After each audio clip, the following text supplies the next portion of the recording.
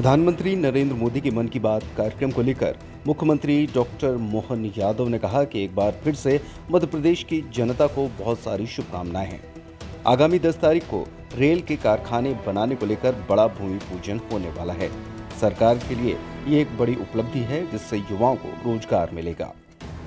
उन्होंने कहा कि आज संतोष है कि सावन के महीने में बहनों के साथ फोटो भी खींच पाए और 250 रुपए भी दिए।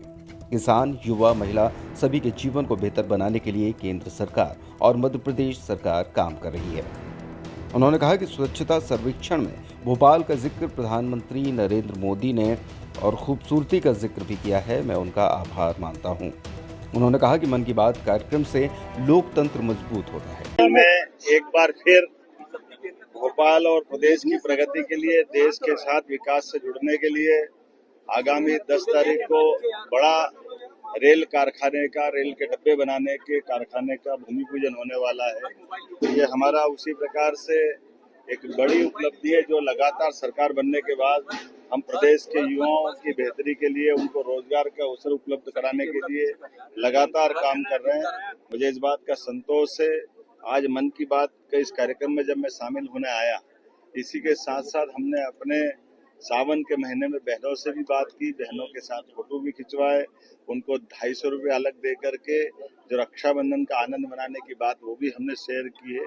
लेकिन विकास के क्रम में जिस प्रकार से हमारी सरकार काम कर रही है, सभी प्रकार के रोजगार के अवसर उपलब्ध कराते हुए किसान, महिला, युवा, गरीब सबके जीवन को बेहतर बनाने के लिए माननीय प्रधानमंत्री के नेतृत्व में हमारी सरकार जो काम कर रही है उसके रिजल्ट हमको दिखाई दे रहे हैं। और माननीय प्रधानमंत्री जी ने भोपाल को स्वच्छता सर्वेक्षण में जो स्थान मिला है और उसकी खूबसूरती की बात उन्होंने की है, मैं उनका आभार भी मानता हूँ।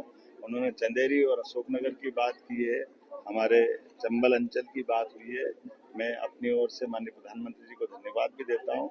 और उनने अपने मन की बात के माध्यम से देश भर के अंदर चलने वाले सकारात्मक कामों को जोड़ने का, ये मन की बात के माध्यम से हर महीने सीधा संवाद करते हुए न केवल लोकतंत्र को मजबूत कर रहे हैं, बल्कि देश के अंदर आंतरिक भारत के नागरिकों के मनों के ऊपर देशभक्ति का जो एक तरह से नया एक संकल्प देने का काम वो कर रहे हैं, वो वाकई अद्भुत है।